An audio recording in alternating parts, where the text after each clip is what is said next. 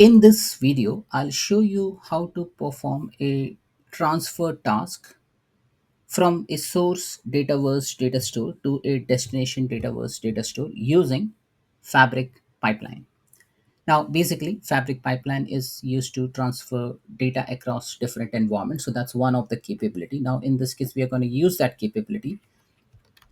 We can copy the master or reference record from your Power Apps environment. So, example, if you are building an application and if you have decided to transfer your application from dev to UAT and then to prod. So, once you transfer the solution from dev to UAT using a normal import export solution, or use a managed pipeline, or use Azure DevOps pipeline, the structure only gets copied from one environment to another, so the data does not get copied. So in order to do that, this is one of the options. So you can copy the master data or reference data, you can copy the data, you can bulk copy the data, and you can even bulk transform the data. So these are all the capability which you can utilize within the pipelines. Now, this pipeline is from Fabric. So we need to build that pipeline. So as you see over here in the screen, this is a simple demonstration of how to use pipeline, the Fabric pipeline, to transfer data from one environment to another. Uh, just to look into what is Fabric data pipeline. So Fabric data pipeline is a logical grouping of activities that orchestrates and automates data workflow. Now, we are not going to design a complex pipeline. The our pipeline will just have one activity, and then that will use to transform or copy the data from one environment to another. So it does a copying, it does a transforming, it does a loading of the data. So data pipelines are basically used to orchestrate data ingestion and transformation tasks. It is used to manage complex data ingestion and processing tasks. So it can be a simple data transfer, it can be a complex data transfer, complex data ingestion, and high level processing. So that's we're gonna see now. Okay, let's jump into the demo. So as you see over here, I'm in app.powerbi.com. So first step, you need to have a proper licensing, Fabric licensing. Now I already have all this in place. I have a workspace. So I've created this workspace, Girish workspace over here. So what I'm gonna do, I'm gonna click on new item, and then from here I will be creating a pipeline. Now, as you see, the pipeline is in my favorite, but in your case, if you don't find it, see the all items, just scroll down, navigate to get data, and then here you will see pipeline. So click on pipeline. This will ask you to the name the pipeline. So I'll say uh, Girish transfer from dev to prod. So this is just a name of my pipeline. So I'll just click on create, and then it will ask me to uh, add an activity. Now, what activity we are going to add is just a copy data. So I have an option to use a copy data assistant, or maybe I will just use a simple pipeline activity. So I'll just click on pipeline activity and say copy data. So this is my pipeline, and I'm going to run this pipeline as well. Now, before we configure everything in pipeline, let's look into an example. Now, if you see over here in Girish Dev, I have this supermarket table. So simple table, I have name, I have location. I have added this table in one of the solution, deployed it into production environment, and everything is good. Now in production, as you see, Girish prod environment, I have this table, but now there is no data. So as you see over here, name created on location. Now I have an option to either selectively get all this information, or I will just say I don't want location, I just want name. Even I can do that. So I'll show you that in the demonstration. Now, before I go into that, let me first go into Fabric. Now here, copy data. So first thing what we need to do is call this something. Okay, so this one, I'll call this as transfer data from Fabric. Okay, now if you type in something with a space, so I'll just say activity name should not, so it gives you that error, right? So transfer data from should not have trailing space from Fabric. It's not Fabric, it's Dataverse. So transfer data from Dataverse. and you can type in whatever description you want. Activity state activated. If I want to deactivate it, I have an option to deactivate as well. So I'll just put it activated. Advanced, I can put a retry, secure input, secure output, etc. So this is like kind of like a Power Automate flow. Go to source. Now here in the connection, you can use the dynamic content, browse all the connections. So what you can do, you can browse all the connection, and then in our case we want Dataverse, so we can pick up Dataverse, and we just specify the environment domain. Now the environment domain, what we can do for environment domain, let me show you how to get that. So navigate to the Power Platform admin center, and then within the admin center navigate to environment, get the environment URL. Now the environment URL is what is required for a connection. So click on manage on the left pane, environment, go to a specific environment. So in this case, let's assume our source is dev. So I'll just copy the dev URL. Now remember, we need to copy the domain. We need to get this exact string. Okay. So I'll just copy link and then paste it over here. Now it will complain and it will say, oh, we don't want this entire string. We just want a domain. So specify a domain. So just remove HTTPS, and this is the connection, and then you go ahead and click on connect, and then it will be connected. Now I have already connected it, so I'll just X out of it, and you will see the first connection is dev. So source is dev, connection type, what type it is, Dataverse, and I can use an entity name or query. So in the entity name, my entity name is supermarket. So if I just type in supermarket, so it will start searching for it. Now, sometimes it will not find it directly because the name should match that logical name. Now, the table name is, if I go into the properties, I'll see in advanced options, gear underscore supermarket. So maybe I'll just say tab out of it and just type in, and it has found that. Okay, so this is the source uh, data store.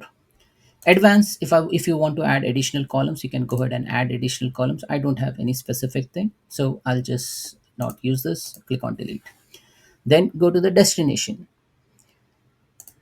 and select the destination. Now the destination is environment is Giri prod. Again, same thing, Dataverse, and which table are you going to refer to. So I've already deployed the solution, and that's why it will be able to find this. So it has already found this, and all good now. Okay. Now there are other options over here which you can use, but I'll just show you a simple approach. Now, as you see, if I select the source, it will copy the entire data structure, which technically I don't want. So as you see over here, I just want name. I don't want location. I don't want any other column. So as you see over here, there are so many other columns, right? Now for that, what we can do, we can write a simple fetch XML, right? Now fetch XML is very simple to write. I'll just show you how to write the fetch XML. So I'll just say fetch, and then you need to specify the entity. And then within entity, you just need to specify the attribute. Right. So this is a simple fetch XML you write. Now fetch which entity? So entity name equal to,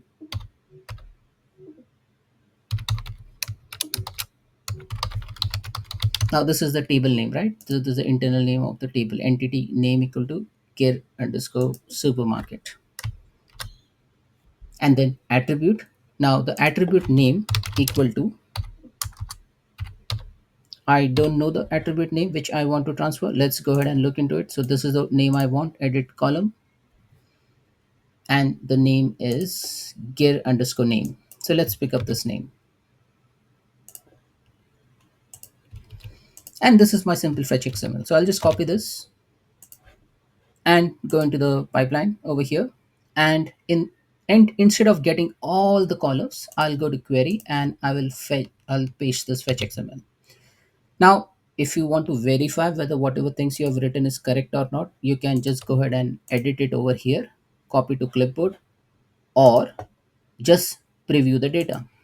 Now, if preview data works, that means your query is correct. If not, there is some problem. So let's see whether it fetches from the data store source the specific columns or not. And as you see over here, it has fetched the name correctly, but it will also give you the ID as well, because that's the primary key, right? This is a primary key, so it will get you this ID as well. Now remember this ID, this is important.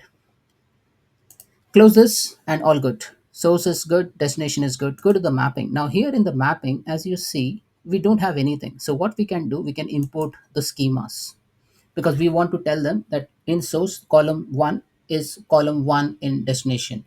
So like that, you will find all this mapping which are currently not mapped. So what I can do is I have an option to clear all unmapped mapping, or I can individually go and delete it. So I'll just go ahead and delete this, or I can just clear all unmapped mappings. Now only two things remain: gear underscore name and supermarket ID. Settings, you can set the degree of copy parallelism, like how we get in Power Automate Flow, enable logging, enable staging. All those are good. Click on save, and then you run this. So once it is saved, you have an option to validate. So it has saved successfully. You can even validate. So pipeline validation output, your pipeline has been validated, close, and now you click on run. Now it has successfully started running. So it is not yet executed completely. So it will first run, put it in a queue, and you can see the status over here. So activity name, activity status, run start. So it is now currently queued. So I click on it, then I should be able to see some more information on what's happening exactly, how many records are getting transferred, whether it is getting failed, whether it is getting successful message. So as you see, now it is changed to in progress. So this is all good. I can even download this export as well. Now, as you see, it has said the copy data has successfully been done. Source read rows read is 4, rows written as 4, status succeeded, and this is what it is. Duration breakdown, advanced. So I can see all this information. Now, like this, if you do all these different operations over here, you will be able to see all the listing in this particular area. Now all good. If you want to verify, let's go into the destination. Now as you see over here in destination, if I refresh it now, technically I should see all the 4 records in the production environment.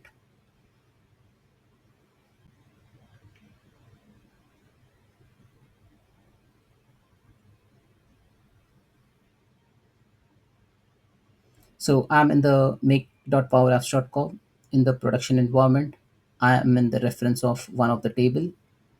So I think this table is getting loaded now,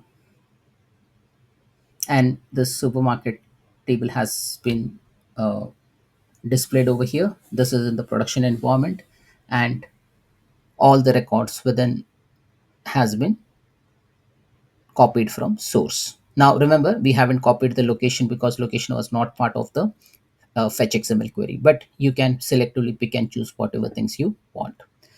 So that's it, folks. This is how you basically transfer a data from one environment of Power Apps to another environment of Power Apps using Azure Fabric data pipeline.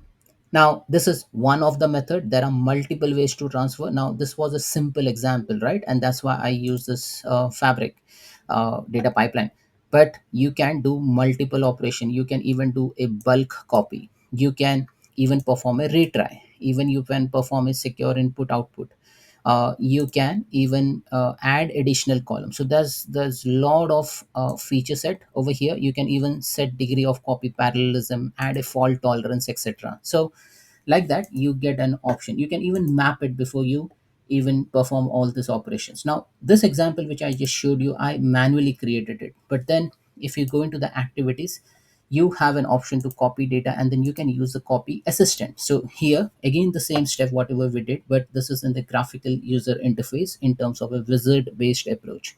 So have a look into that as well. So this will give you that feel of creating that mapping well beforehand and then executing the pipeline. So that's it, folks. Thanks for watching.